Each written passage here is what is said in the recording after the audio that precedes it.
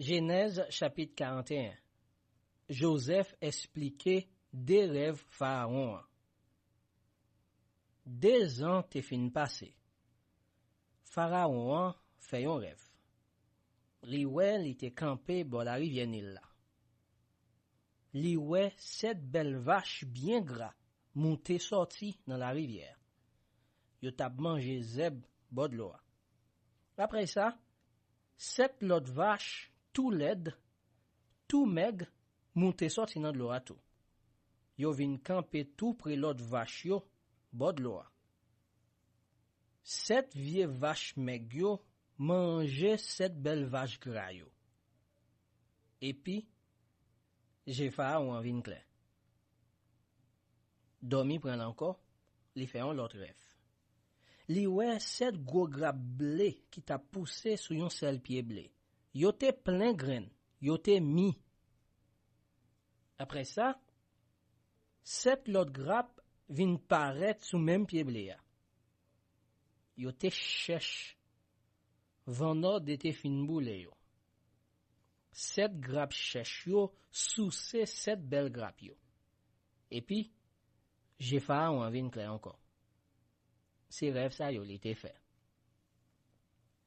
Nan matin, li te bouleversé en pile. Li voye chercher dernier divino ak nek sa avec nan pays l'Égypte là. Li raconte yo rêve là. Mais yo yon pas capable expliquer rêve là bali. C'est là ça, chef Cambiz la dit Pharaon, kounye ya, mwen changé, mwen te fait yon faute.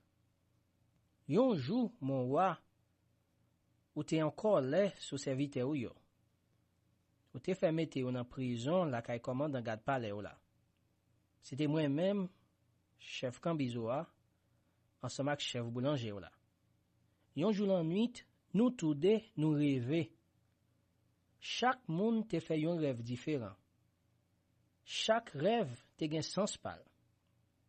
Te gen yon jeune hébreu avec nous dans prison, c'était un esclave commandant garde palais a. Nous raconter le rêve nous yo. Et puis, li explique yo ban nous. Li bay chaque monde sens rêve li te faire. Tout bagay passé Jean li te di ya. Sous 3 jours vrai, Pharaon te mettem dans place moi encore. Pour chef boulanger a même, li te fait pendre li. Pharaon voye chercher Joseph. Pharaon voye chercher Joseph. Yo fait sortir bien vite dans prison. Joseph fait la barbe, li coupe chevel, li change rad et puis li paraît devant Pharaon. Pharaon dit Joseph comme ça, moi fait un rêve, personne baga di m'sa le di. Mais yo dim depuis yo raconte ou yon rêve ou ka expliquer. Joseph répond Pharaon, c'est pas moi même non. C'est bon Dieu qui pourra bay Pharaon explication rêve là. Pharaon dit, moi rêvé, moi te campé bo la rivière Nil là. Comme ça, 7 belles vaches bien gras, te monté sorti dans la rivière, yo t'a mangé zeb bo de l'eau. Après ça, 7 l'autre vaches tout maigres, tout laides, tout chèche, te monté sorti dans de l'eau derrière l'autre yo. Mais pourquoi j'aime ouais vieux vache laide comme ça dans tout pays l'Égypte là? Vieux vache maigre yo manger belle vache gras yo. Là yo te fin vale yo, c'est tant coup si yo pas jamais manger. Yo te rete même jan yo te avant. Et puis j'aime vin clair. Après ça, moi fais un l'autre rêve. Moi ouais 7 grappes blé bien plein, bien mis, qui t'a poussé ensemble sur yon seul pied blé. Après ça, 7 l'autre grappes paraît derrière yo. Yo te chèche, vanor de fin boule yo. Grappe meg yo sous ces 7 belles grappes yo. Moi raconte rêve yo bay divino yo, mais yo yon pas capable expliquer yo ban moi. Joseph dit Pharaon, tout des rêves yo vle di même bagay la. Bon Dieu fait ou connaît ça li pral fait.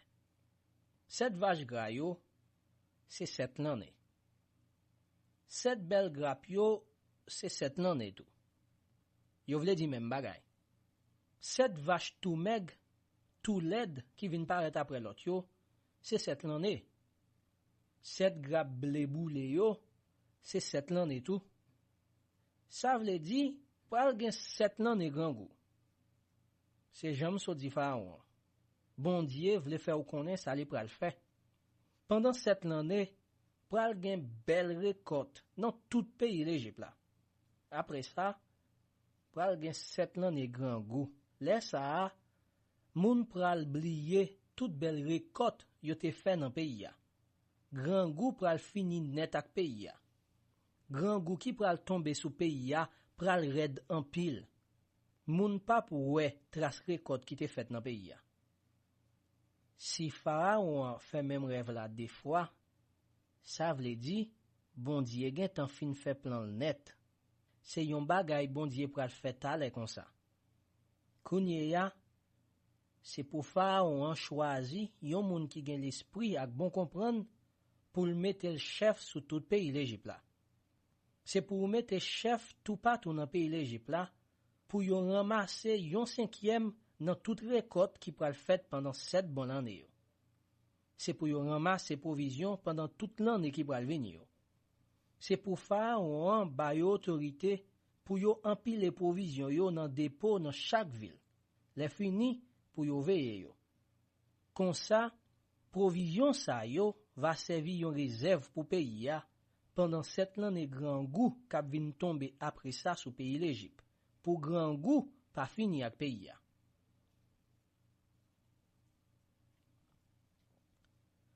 Joseph chef tout pays l'Égypte.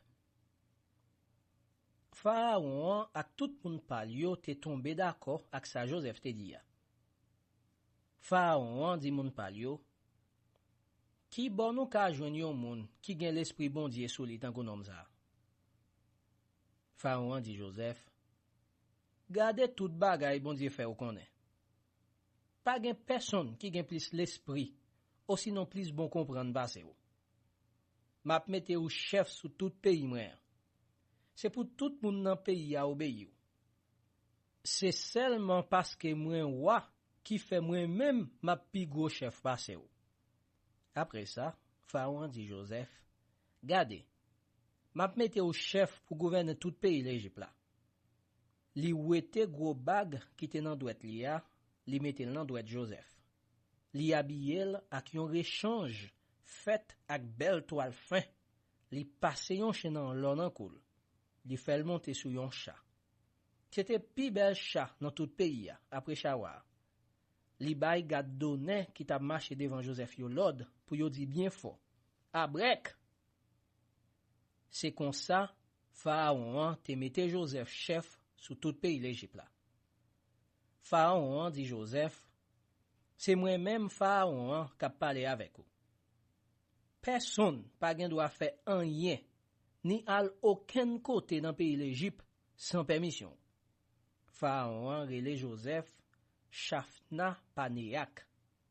Li prend Asnat, petite fille Potifera, yon prête la ville on, li bay Joseph li pour madame. Joseph al visiter tout pays l'Égypte là. Joseph te gen 30 ans, li te commence servir Pharaon ou à pays l'Égypte là. Li parti, li voyage tout partout dans pays l'Égypte là. Pendant cette bonne année yo, te a te bay en pile récolte. Joseph ramasse provisions pendant 7 l'année bon récolte yo dans tout pays ya. Li mette yo dans dépôt dans la ville yo. Chaque la ville te gen compte dépôt pour serrer tout sa jardin alentou yo te bay. Li ramasse blé, tant kouta di sab bol en mai. Si tellement te gen en pile blé, yo pat ka konnen quantité qui te gen. En vendant les gangou yo mette pied, Joseph te gen tan gen de petite ak Asnat, petite fille Potifera près la ville on. Joseph re le premier a Manassé, parce que l'étape dit nan kel, bon Dieu fait m'blier toute souffrance moi, ensemble ak moun la kay papa mio.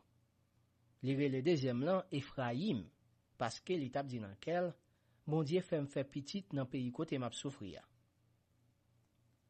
7 bon l'année récolte yo te fin passé dans pays l'Égypte là.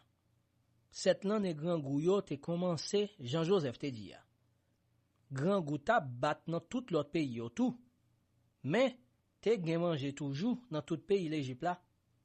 Mais, yon lè grand goût commence mette pied dans pays l'Égypte là tout. Peuple là même prend relé dans oreille Pharaon. Y a demandé manger.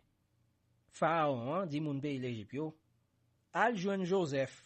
C'est lui-même qui va dire nous ça pour nous faire. Les grands goût a tout partout dans pays l'Égypte là. Joseph l'ouvrit tout dépôt yo. Li vend moun pays l'Égypte yo blé parce que grand goût a terre dans pile dans pays l'Égypte là. Moun sorti tout partout dans tout l'autre pays yo, vinn acheter blé dans men Joseph dans pays l'Égypte. Parce que grand goût a terre dans pile tout partout sur la terre.